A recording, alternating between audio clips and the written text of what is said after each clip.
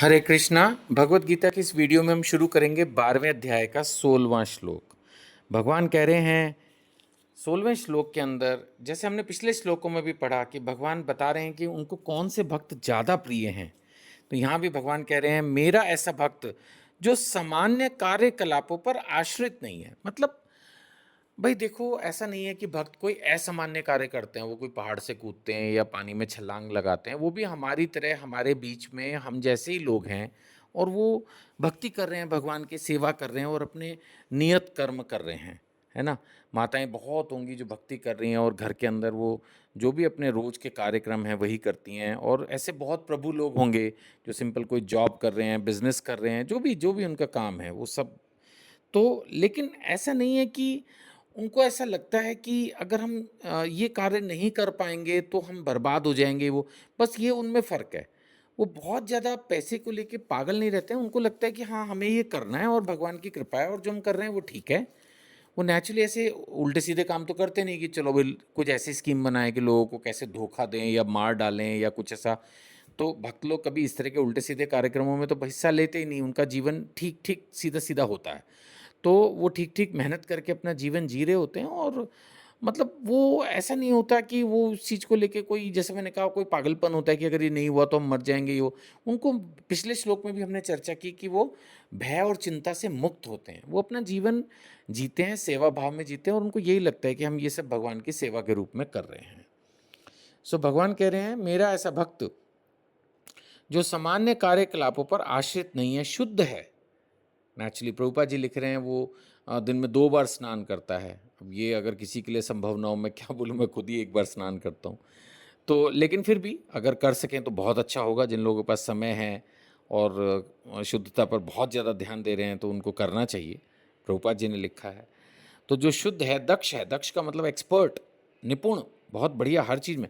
तो भक्त जो है उसकी ये क्वालिटी है कि वो दक्ष होता है, यानी वो खाना बनाएगा, भगवान के लिए भोग बनाएगा तो बहुत बढ़िया, भगवान को सजाएगा तो बहुत बढ़िया, जो भी काम करेगा, बोलेगा तो बहुत बढ़िया, भजन गाएगा तो बहुत बढ़िया, जो करेगा उसमें एक्सपर्ट होता है, वो दक्ष होता है, चिंता रहित होता है, कष्टों से रहित है, और किसी भी फल के लिए प्रयत्नशील नहीं रहता। अब यहाँ पर भी वही पॉइंट आता है, किसी फल के लिए प्रयत्नशील का मतलब ये नहीं कि कुछ काम ही नहीं करता, मतलब वो एफर्ट के लिए तो प्रयत्नशील है, फल के लिए नहीं है। ये बात हम दूसरे अध्याय के 47वें श्लोक में, और उस वक्त और भी 1-2 श्लोक आगे पीछे थे उन पे कर चुके हैं। यानी भक्त जो है वो अपना बेस्ट करता है, उसके बाद वो फल भगवान पे छोड़ देता है, क्योंकि वैसे भी फल भगवान को ही देना है। तो उसके लिए वो ज़्यादा चिंता करता नहीं, और चिंता करने का कोई फ़ायदा भी नहीं है। चलिए एक और श्लोक इसी वीडियो में लेंगे। 17वां श्लोक, दूसरा अध्याय, सॉरी 12वां अध्याय, 17वां श्लोक, 12.17। यहाँ पर भी भगवान कुछ उसी तरह की बातें आगे कर रहे हैं कि जो ना कभी हर्षित होता है ना शोक करता है। अब इसका मतलब ये नहीं कि भक्त खुशी नहीं होता, है ना, इसका ये मतलब ना निकाल लें। यहाँ भगवान कह रहे हैं ना जो कभी हर्षित होता है। हर्षित होने का मतलब है कि वो ओवर एक्साइटेड नहीं होता है, घमंड में नहीं चला जाता है कि हाँ जी बस अब तो, और ये भी नहीं कि भाई हर्षित हो गए तो अब वो पूरे, जैसा होता है ना, अब तो पार्टी चलेगी पूरी रात, वो सब नहीं होता उसको। वो हर चीज़ अपने एक नियम संयम से करता है ना। सो भगवान यही कह रहे हैं, ना तो कभी हर्षित होता है ना शोक करता है, दुखी भी होगा, मतलब कोई भी इंसान है नेचुरली, ऐसा आदमी नहीं है कि उसको कोई दुखी नहीं होगा। अब किसी के घर में कोई मृत्यु हो जाएगी, कोई बहुत बीमार होगा तो वो भी चिंतित हो सकता है, वो एक नॉर्मल डिवोटी है लेकिन है तो इंसान। लेकिन एक जैसे रूटीन में उसको शोक नहीं होता, हर छोटी मोटी बात पे जैसे हम लोग तो शोक करने लगते हैं, वैसा उसको नहीं होता है। कम से कम ये उसमें एक अच्छी क्वालिटी रहती है। जो ना पछताता है, ये देखो, ये तो बत्ता सामान्य आदमी के अंदर बहुत प्रॉब्लम है।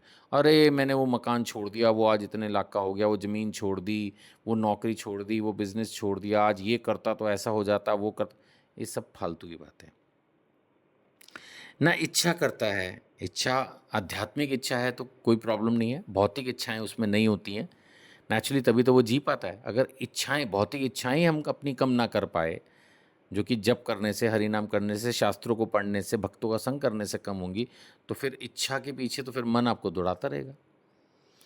फिर आगे भगवान कह रहे हैं जो शुभ और अशुभ दोनों प्रकार की वस्तुओं का परित्याग कर देता है। कहने का मतलब है जो भौतिकता वाली कोई भी चीज़ है वो इनको, इनसे दूर रहता है ना। कोई चीज़ पॉजिटिव नेगेटिव, वो न्यूट्रल रहने की कोशिश करता है, उसके लिए सब एक समान है ना।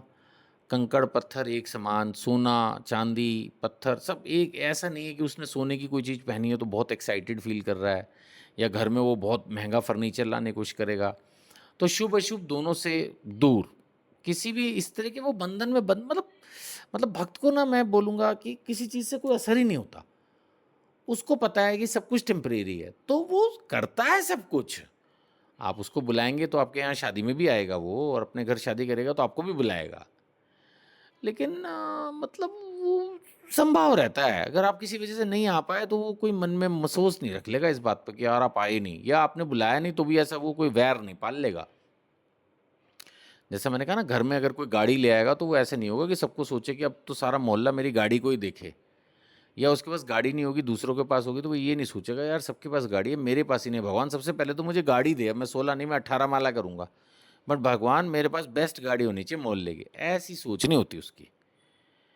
तो न्यूट्रल रहता है वो, है ना। तो भगवान कह रहे हैं ऐसा भक्त मुझे अत्यंत प्रिय है।